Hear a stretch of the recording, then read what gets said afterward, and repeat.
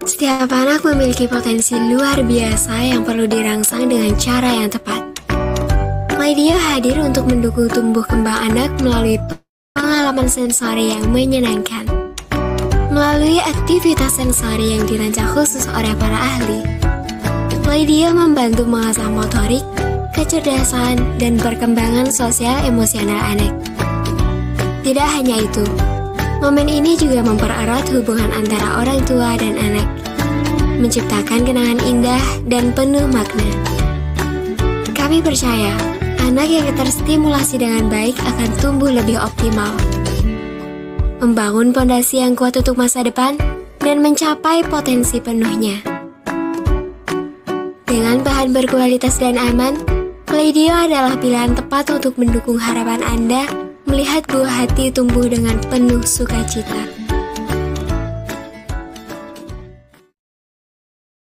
Assalamualaikum warahmatullahi wabarakatuh. Selamat malam Ayah Bunda. Gimana nih kabarnya pada malam hari ini? Sebelumnya aku ingin minal izin wal faizin, mohon maaf lahir dan batin. Selamat Lebaran ya Ayah Bunda. Semoga di Lebaran yang tahun ini kita bisa menjadi pribadi yang lebih baik lagi. Amin amin ya robbal alamin. Sebelum aku memasuki acara pada malam hari ini, izinkan aku untuk berkenalan terlebih dahulu kepada Ayah Bunda. Izinkan aku memperkenalkan diri. Assalamualaikum warahmatullahi wabarakatuh. Nama aku Dinda dari tim The Good Parent yang akan membersamai Ayah Bunda sekiranya 90 menit ke depan bersama Learning Parents, yaitu program dari komunitas The Good Parent.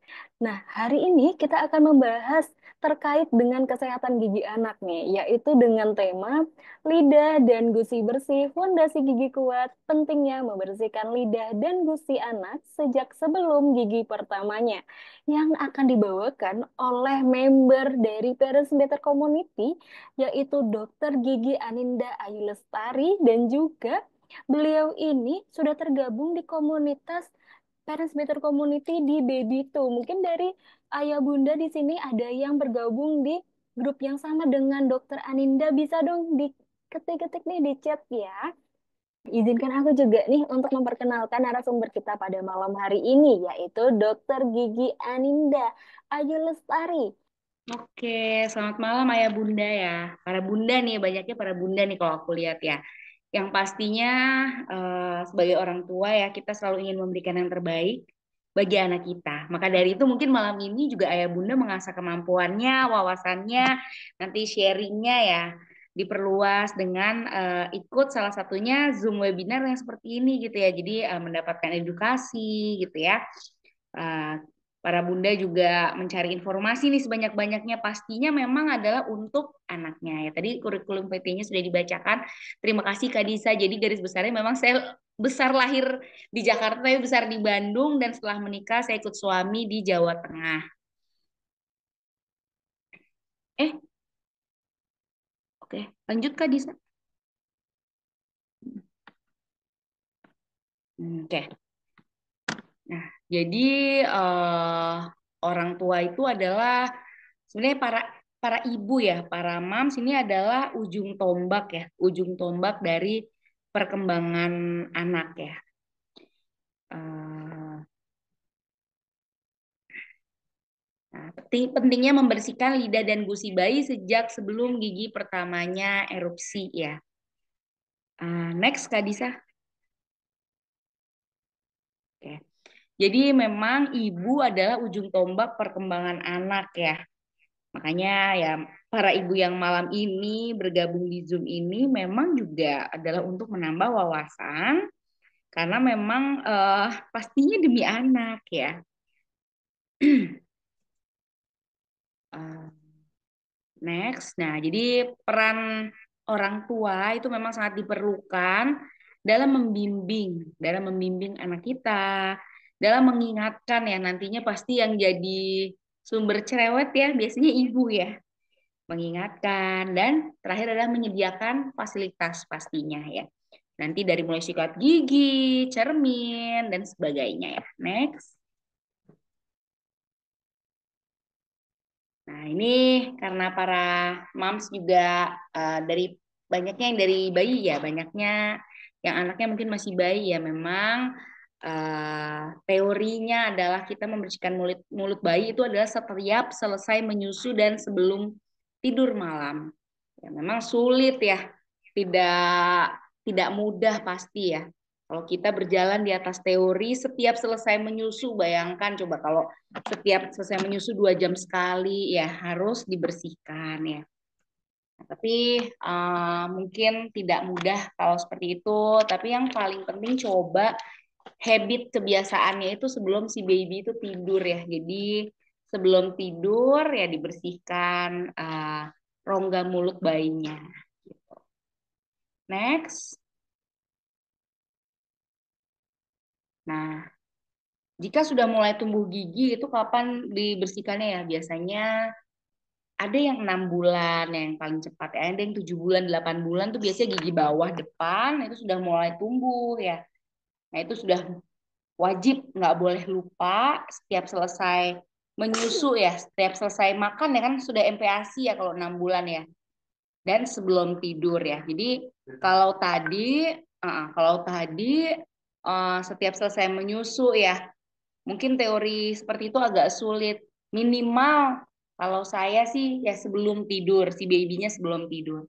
Tapi kalau sudah tumbuh gigi yang gigi bawahnya biasa mungkin 6 bulan, 7 bulan, 8 bulan. Nah ini harus dibersihkan setiap selesai makan MPASI ya.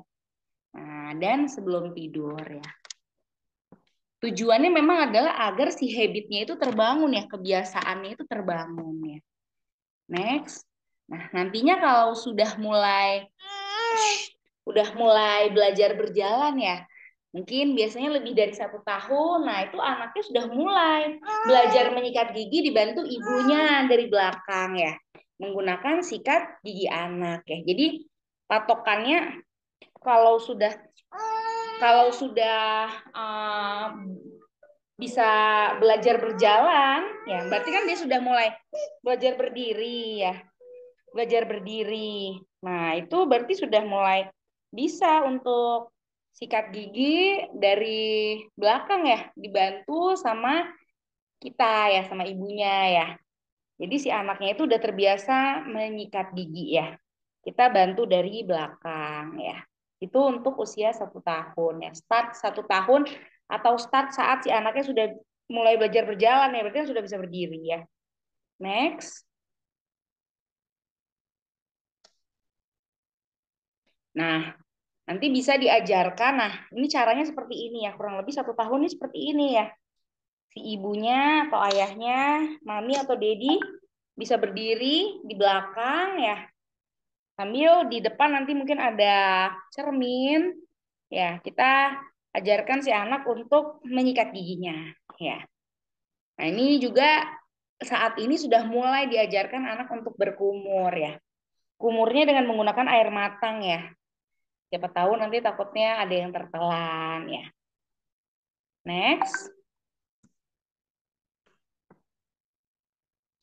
Nah, nantinya diharapkan kalau kebiasaan yang tadi sudah terbangun tuh yang usia 1 tahun, kita bantu dari belakang, dia sudah terbiasa setiap hari seperti itu gitu ya. Diharapkan nanti usia 2 tahun, biasanya si gigi sulung tuh sudah, gigi susu tuh sudah tumbuh semua kalau sudah 2 tahun ya. Nah, si anaknya ini diharapkan sudah bisa sikat gigi mandiri ya. Jadi kayak gini nih, si anaknya udah berdiri sendiri di depan cermin, udah sikat gigi. Nah kita di ujung pintunya gitu sambil ngeliatin ya, sambil mengawasi. Ya ini habitnya itu dibangun dari tadi ya, dari awalnya ya, dari bayi ya, habit sikat giginya ya. Next. Nah ini sama ya. Jadi kita sudah biasakan untuk dia sikat gigi setiap hari 2 kali sehari ya. Di setelah makan pagi dan sebelum tidur malam ya. Jadi bukan saat mandi ya. Kalau saat mandi agak rancu ya. Sudah sarapan atau belum ya. Jadi saat bukan saat mandi ya. Biasanya tuh pasien seringnya gitu. Sikat gigi 2 kali sehari dok. Oke kapan? Saat mandi pagi sama saat mandi sore ya. Patokannya jangan saat mandi ya. Tapi setelah selesai makan, sarapan dan sebelum tidur ya. Terus nanti diajarkan untuk kalau siang hari dia makan tidak usah sikat gigi ya, tapi kumur air putih ya, setidaknya dia berkumur ya. Nah, untuk biasanya next, untuk kapan pasta gigi fluoride ya bisa diberikan. Nah, ini pada anak-anak yang usianya 2 tahun ke atas ya kita sudah bisa kasih pasta gigi yang berfluoride ya. Memang sebelum 2 tahun ya tidak dianjurkan dulu ya, khawatirnya ya tadi ya dia belum bisa sempurna berkumur ya. Jadinya diberikan di 2 tahun ke atas ini agar mencegah tertelannya fluoride dalam jumlah yang besar ya. Karena dia biasanya sudah bisa berkumur kalau sudah 2 tahun ya. Next. Nah, nantinya kalau udah 3 tahun ya si anaknya juga sudah insya Allah Bismillah sudah bisa berkomunikasi lancar dengan mami dedinya. Nah, ini sudah bisa sikat gigi sendiri ya dengan pasta gigi yang berfluoride ya. Next. Nah, biasakan menyikat gigi di depan cermin ya. Cerminnya nggak usah yang besar-besar kayak di foto inilah. Cermin-cermin yang kecil, yang setidaknya cukup untuk dia melihat saat dia menyikat gigi. Itu sudah cukup ya. Agar nantinya bisa lihat nih kotorannya masih ada nggak yang menempel di gigi. Biasanya ada sisa-sisa makanan ya. Jadi seringnya kalau di tempat praktek ya, saya temuin orang tuanya bilang udah rajin sikat gigi sih dok, tapi kenapa masih lubang ya dok ya? Sikat giginya yang kayak gimana dulu nih? Tekniknya udah benar belum? Waktunya sudah benar belum? Ya jadi sikat giginya itu ya dibuktikan dengan kalau giginya nggak lubang, ya baru benar tekniknya, waktunya. Tapi kalau tekniknya, waktunya tidak benar ya berarti kurang tepat ya. Bisa menyebabkan ya karies ya, giginya pada berlubang ya. Itu sering ditemui di tempat praktek ya. Next. Nah, ini sering banget nih juga jadi pertanyaan. Kapan sih dok bisa mengajak anak ke dokter gigi kita? Ya, memang jawabannya adalah sedini mungkin. Ya, sedini mungkin itu kapan dok? Next. Ya, jawabannya pasti sejak sedini mungkin. Ya, sedini mungkinnya itu kapan dok? Ya, sejak sedini mungkin gitu loh. Misalnya tadi ada yang bilang 1 tahun. Kalau di puskesmas ada yang datang di anak 3 bulan. Jadi biasanya ibunya kalau dia mau bertanya ya sedini mungkin bisa. Tidak ada patokan bulannya. Misalnya dari 1 bulan pun pernah ada yang datang. Just menanyakan gimana cara bersihinnya. Atau kok dibersihinnya agak susah ya dok, si anaknya tuh kayak sulit untuk dibersihkan dengan kasa dan sebagainya. Jadi ya sedini mungkin diajak ke dokter gigi nggak masalah ya. Next, nah pemeriksaan sedini mungkin itu agar kita mencegah sakit atau infeksi di rongga mulut dari awal, dari sejak dini. Sehingga kerusakannya bisa kita stop, bisa kita pause ya, untuk mencegah terjadinya kerusakan yang berkelanjutan. Lalu mencegah kehilangan dini gigi sulung ya. Sering kayak gitu misalnya gini, giginya tuh udah gigis atau giginya tuh udah pada lubang-lubang. Ya udah deh dok dicabut aja loh, belum waktunya gitu ya. Nah, biasanya jadi kehilangan dini gigi sulung. Sedangkan kan gigi susu itu atau gigi sulung tuh ada waktu-waktunya kapan kita cabut ya. Terus untuk kita lihat lebar lengkung rahangnya dan menghindari rasa takut di perawatan selanjutnya. Maksudnya gini, biasanya tuh seringnya kalau orang tua yang kurang, mungkin dia juga takut juga ke dokter gigi, pernah punya pengalaman takut, jadi dia juga ngajakin anaknya juga pas misalnya minta tolong bantu cabut. Nah, ya kalau bisa ke dokter giginya kunjungan pertamanya itu bukan tindakan pencabutan ya.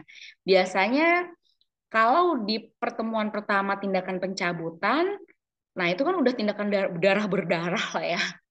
Mau itu gigi susu ya pasti ada darahnya. Biasanya tindakan yang agak menakutkan gitu ya untuk anak, dia tuh jadi nggak mau datang lagi. Jadi biasanya di kunjungan pertama yang kita kasih apa sih? Kalau misalnya di rumah sakit ya, biasanya di rumah sakit. Di rumah sakit itu biasanya lebih aware orang tuanya.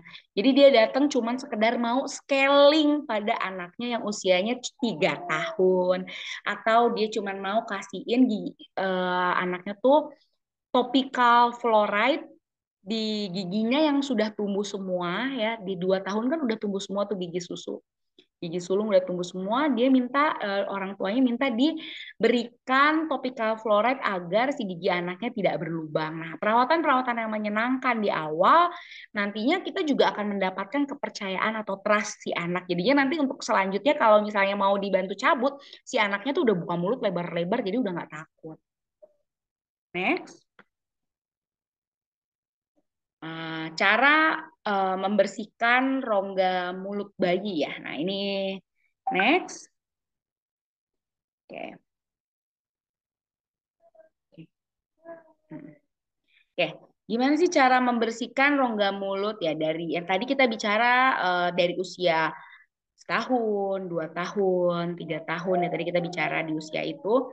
Nah sekarang kita bicara di cara membersihkan rongga mulut bayi yang mungkin udah pada banyak lihat ya, atau mungkin udah sering dengar kita bersihkannya dengan kapas ya. Jadi tangan kita sudah bersih, sediakan kasa steril, masukkan tangan kita, tangan yang mana dok? Yang telunjuk ya, telunjuk di pelintir si kasanya dia dibulet-buletin gitu ya, dibalut telunjuk kita dengan si kasa, dicelupkan pada air hangat.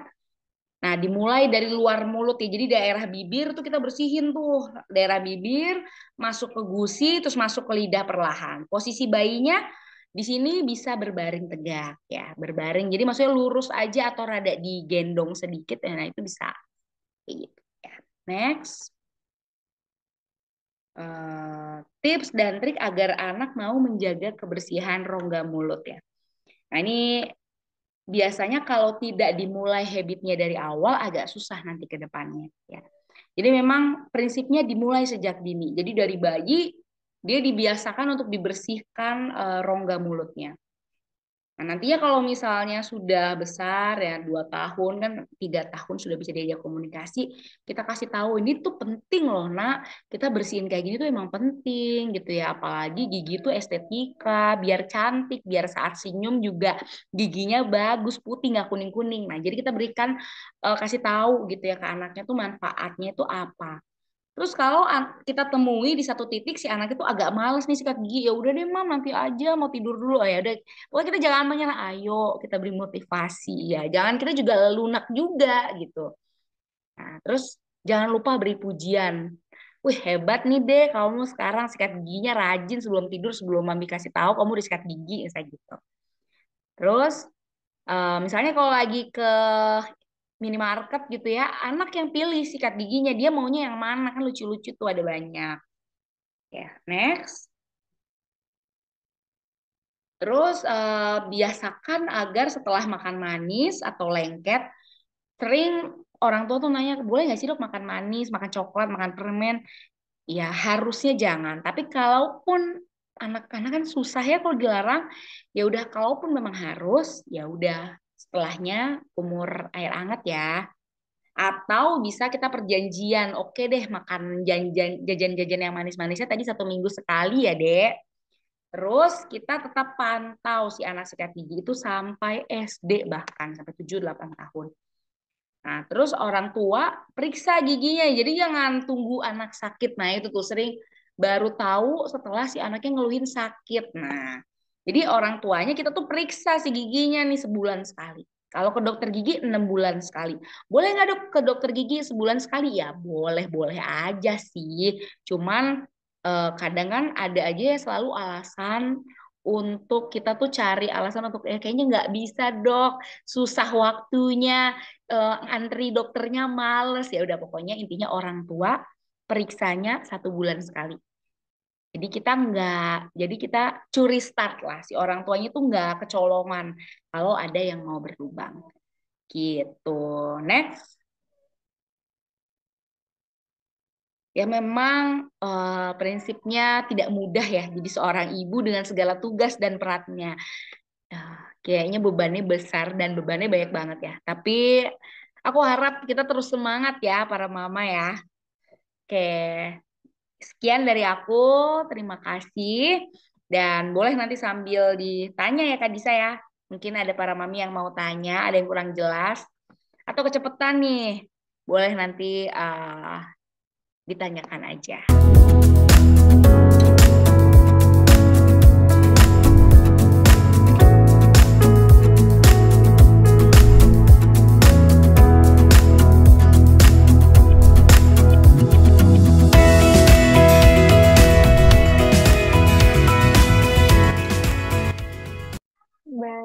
Terima kasih Dokter Aninda untuk materinya. Mungkin nanti kita lebih banyak sharing-sharing nih sama bunda-bunda yang pada malam hari ini udah bergabung. Karena mungkin dari bunda-bunda sendiri juga ada yang masih struggle untuk sikat-sikat giginya ataupun bingung nih mau pakai merek apa ataupun yang rekomendasi yang dari dokter tuh apa gitu kan. Jadi nanti kita lebih banyak sharing ya. Dan tapi untuk pertanyaan tetap akan dibuka di Q&A ya. Dan izin aku untuk memulai dari yang pertama nih. Dokter Aninda, apakah sudah ready untuk Q&A-nya, dokter? Sudah ready, sudah Oke. ready. Jadi yang pertama dari Bunda Ratna nih, dokter mau tanya, misalkan dari salah satu orang tua yang mempunyai masalah dengan gigi, apakah bisa menurun ke anaknya, dokter? Ya, langsung jawab Kak Disa. Boleh langsung dijawab, dokter. Ya, banyak ya pertanyaan yang kayak gitu ya. Jadi dok, aku tuh giginya berlubang. Bisa nggak sih dok nularin ke anakku? Jadi penularan dari Streptococcus mutan ya biasanya tuh bakteri yang penyebab berlubang ya itu jenisnya Streptococcus. Nah itu bisa berpindahnya lewat misalnya lagi mau nyuapin dicoba dulu apa ditiup-tiup ya. Tiup-tiup. Biasanya gitu, itu yang paling sering tuh penularannya. Atau sikat giginya barengan. Nah, padahal kan sikat gigi sama anak sama dewasa beda ya. Nah, tapi kadang ada juga yang sering juga ditemui si anak itu campur sikat giginya sama mamahnya, sama papahnya. Kalau aku tanya ya memang ada bahkan yang belum tahu kalau tapi aku harap di sini sih udah pada tahu ya kalau sikat gigi dewasa sama anak tuh beda. Biasanya saat traveling ya, kan ada sikat gigi yang lipat-lipat itu kan juga kecil kan itu. Nah, itu jadinya barengan ya. Itu kita bisa hindari ya yang kayak gitu.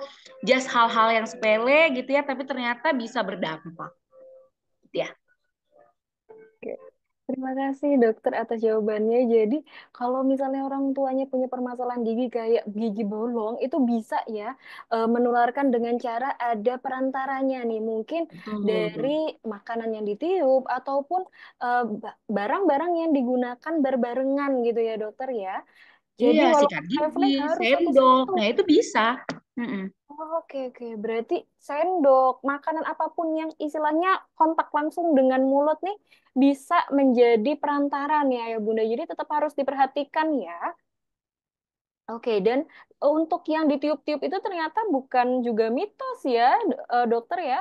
Jadi itu memang fakta nggak boleh ditiup karena Betul. penularannya ini ya dari Mm-mm. air liur atau dari droplet ya. Betul, Dimana betul. yang kita tahu droplet itu dari yang COVID, flu, batuk, terus dari yang TBC itu juga biasanya nempelnya dari situ tuh ya dokter ya.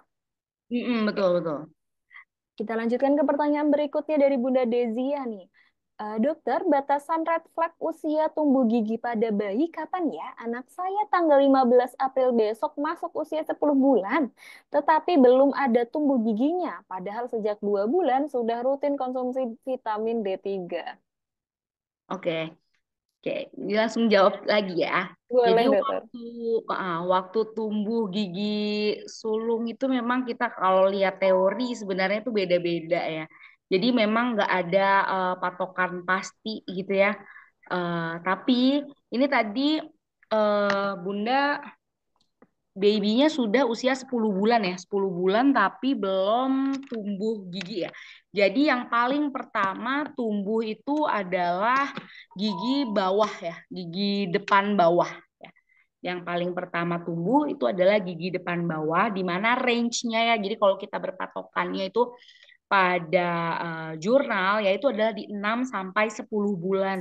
Jadi ada yang 6 bulan yang gigi depan bawahnya, Bun. Tapi ternyata juga ada yang 10 bulan, Bun. Jadi di range-nya memang 6 sampai 10 bulan. Yang mana, Dok? Yang gigi depan bawah, ya. Jadi itu yang pertama tumbuh. Setelah gigi depan bawah yang mana, Dok? Gigi depan atas ya atau gigi seri ya kita sebutnya ya. Jadi gigi seri bawah dulu dua yang tumbuh, baru gigi seri atas yang tumbuh. Nah, yang bawah tadi range-nya di 6 sampai 10 bulan. Nah, yang atas di range-nya di 8 sampai 12 bulan. Ya. Ponakan saya tuh ada, Bun. Malah yang dia tuh sampai 11 bulan. Nah, jadi di luar dari range yang tadi itu masih oke. Sekitar berapa, Dok? 1 sampai 2 bulan. Jadi kita tunggu sampai 1 tahun. Kita lihat sampai 1 tahun si gigi depan bawahnya tuh udah tumbuh belum? Ya, kalau misalnya belum tumbuh, ya udah coba. Kalau enggak, kita coba foto ronsen. Tapi biasanya sih tumbuh, ada benihnya. Ya, gitu. Oke, apakah ada stimulasinya dokter? Karena aku tahu dari sosial media itu katanya kalau mau distimulasi sering di kayak pijat gami gitu, ngaruh nggak ya dokter? Ya, jadi sama kayak simulasi oromotor Mm-mm. ya. Jadi memang kita juga bisa ya Oh untuk bisa, oke. simulasi-simulasi gitu boleh ya. Tapi yang Oke. pasti sejauh saya praktek belum pernah menemui, alhamdulillah nggak ada giginya nggak ada. Tapi kalau terlambat 1 bulan, 2 bulan dari range ada. Oke, jadi masih ditunggu dulu nih 1 sampai 2 bulan.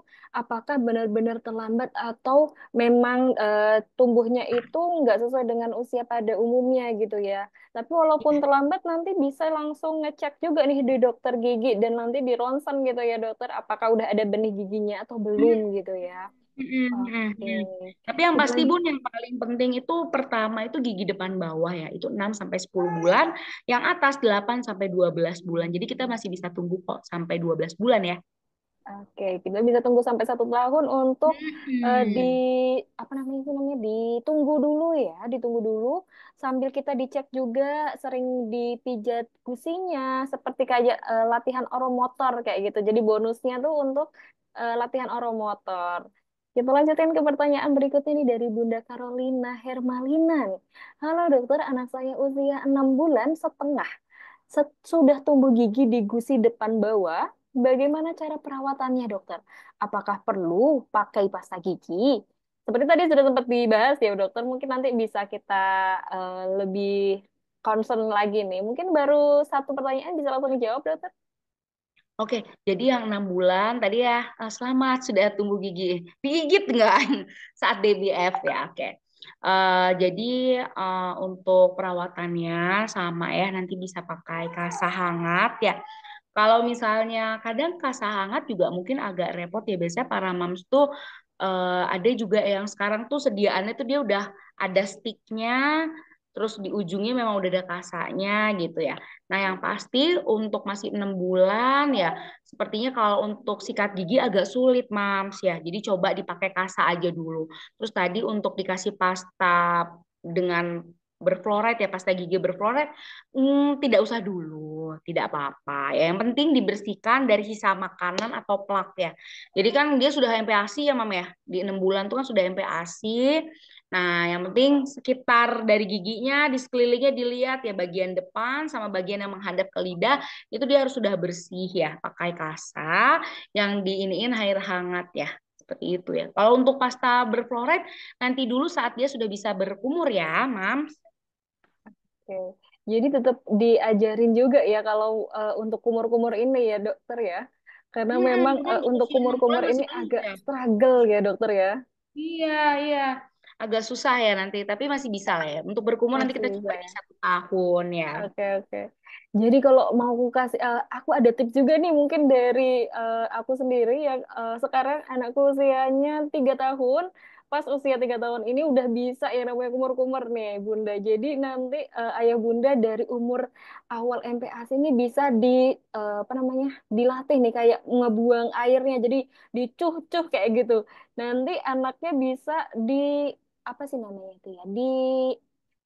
Ajarkan di depan mukanya gitu. Jadi caranya gini deh, nanti si anak itu akan menirukan nih. Jadi tetap harus dari kita dulu ya dokter ya untuk Benar, benar, benar. menjadikan kebiasaan anak itu sendiri gitu ya. Mungkin bisa dicoba nih ya Bunda nih.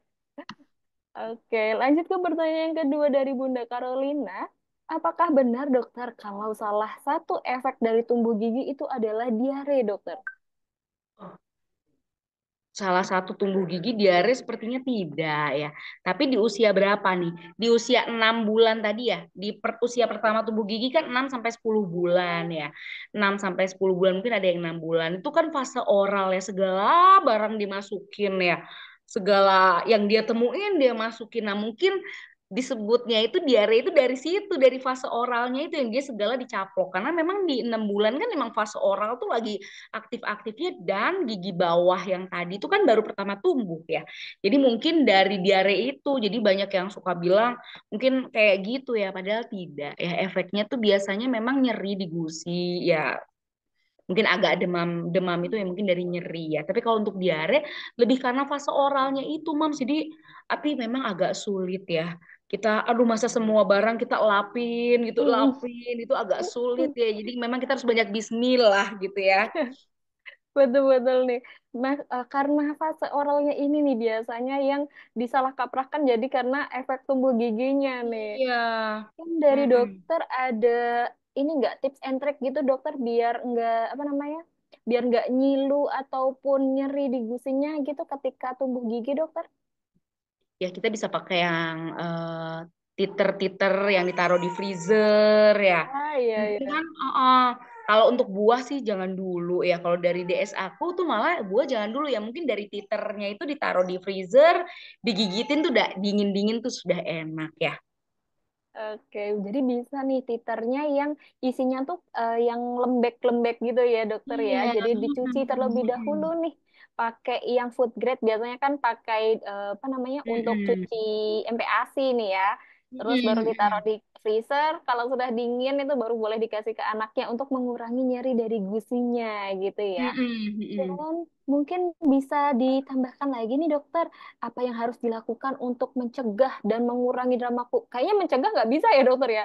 Mungkin bisanya itu mengurangi aja nih kayak demam tinggi sama nyerinya. Tadi nyerinya kan bisa pakai titer nih. Kalau misalnya demam tingginya gimana ya dokter untuk mengatasinya dari tumbuh gigi ini dok?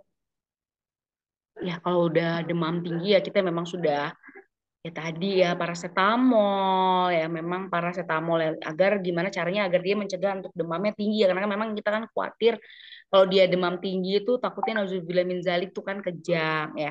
Selain dari paracetamol kita juga bisa pakai yang bahan baju yang tipis ya, terus kompres juga ya. Ternyata ternyata para mam sudah tahu belum kalau jangan pakai yang kayak bye bye fever gitu ya. Jadi kalau lagi demam ya kita kompresnya malah kompres air hangat ya, Hmm. menuju agak agak hangat ya, agak-agak hangat gitu, agak panas malah ya memang ya, agar pembuluh darah terbuka, makin keluar pori-porinya gitu ya. Ya memang biasanya sih demam itu ya respon tubuh ya, respon tubuh ada yang mau sedikit dirobek ya, kan namanya tubuh gigi ada robekan gusi di situ ya. Ah, sakit sedikit ya mungkin dibantu dengan Oke. titer, makanya dingin-dingin juga bisa dibantu paracetamol gitu ya.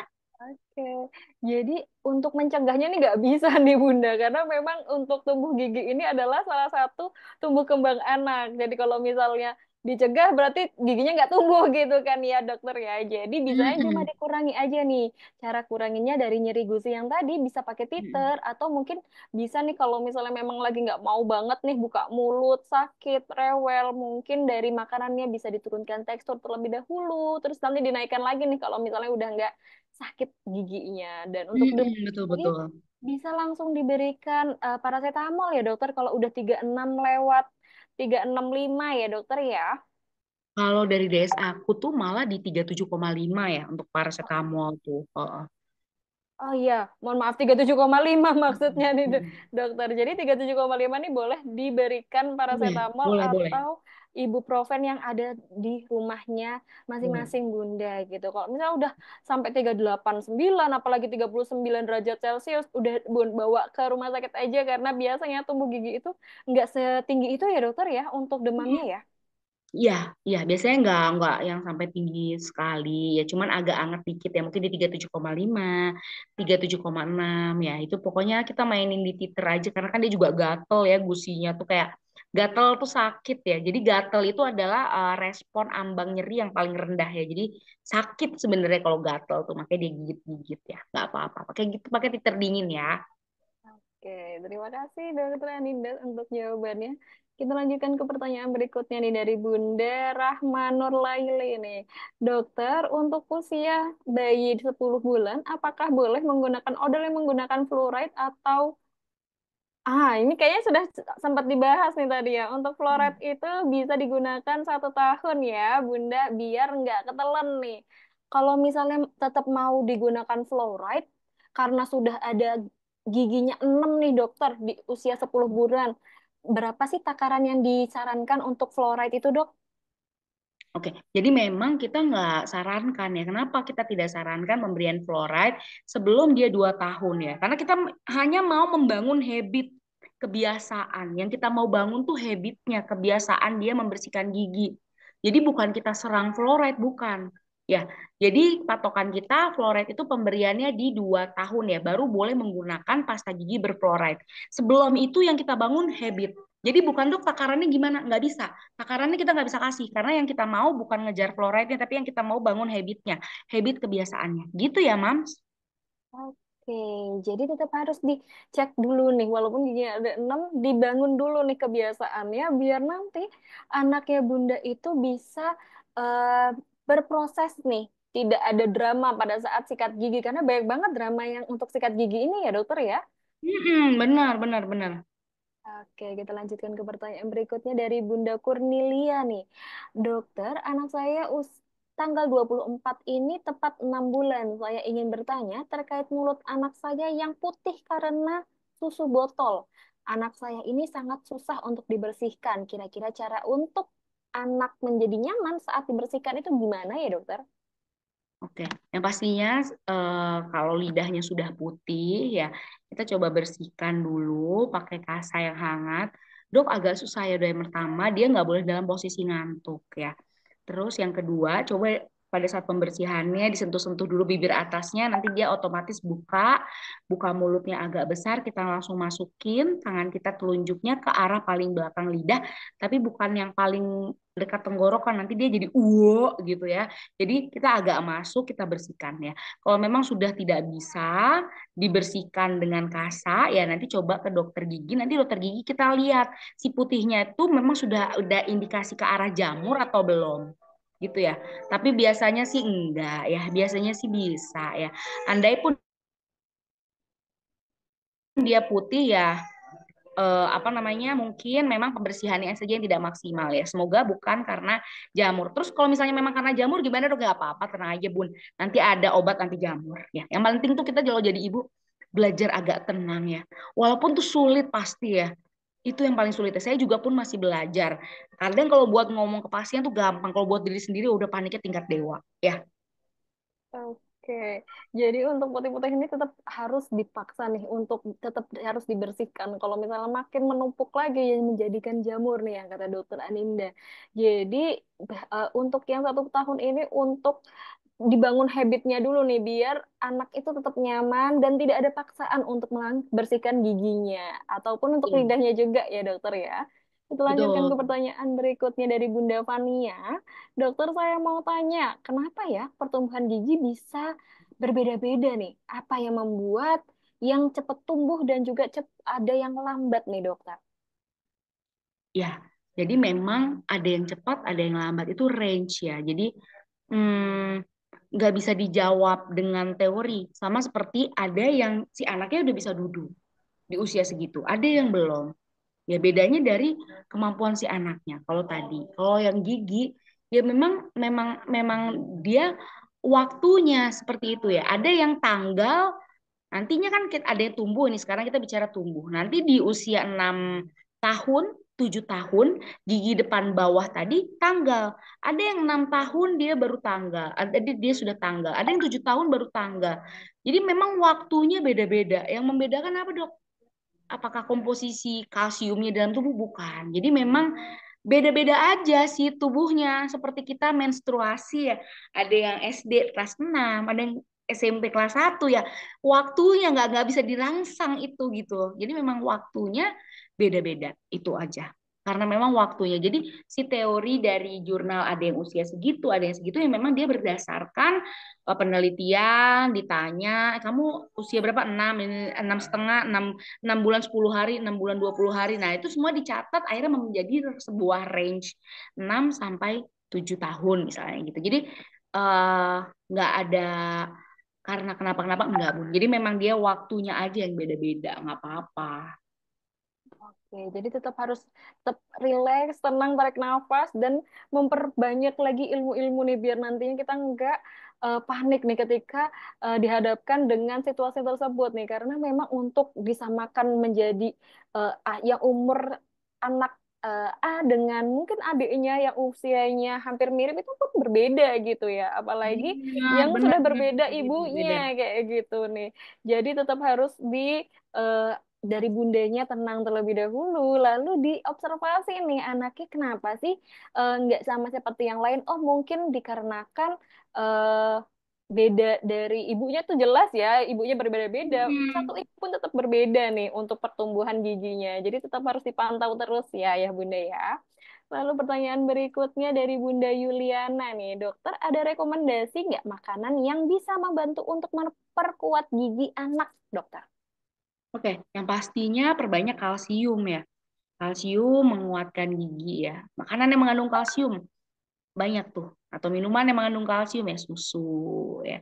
Apa makanan yang mengandung kalsium ya. Pokoknya kalau misalnya tadi makanan yang mengandung kalsium atau misalnya si anaknya nggak suka susu nih, usia 6 tahun tapi yang disenengin makannya cemilan manis terus. Dia nggak suka susu dok, oke gimana nih dok? Oke nggak apa-apa, nanti kita kasih tablet tambahan kalsium, kalsium laktat ya.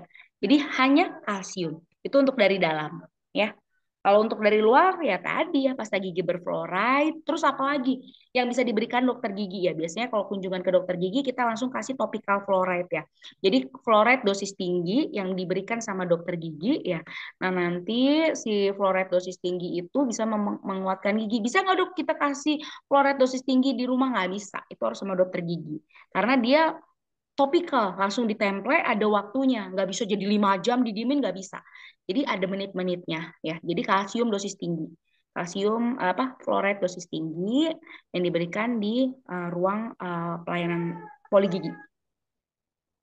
Oke, jadi tambahan imun nih Ayah Bunda. Jadi ke dokter gigi ini nggak cuma periksa gigi aja, tapi juga bisa memperkuat gigi nih dengan tadi ya, yang dioleskan fluoride yang tinggi nih, kalsium yang tinggi ya dokter ya.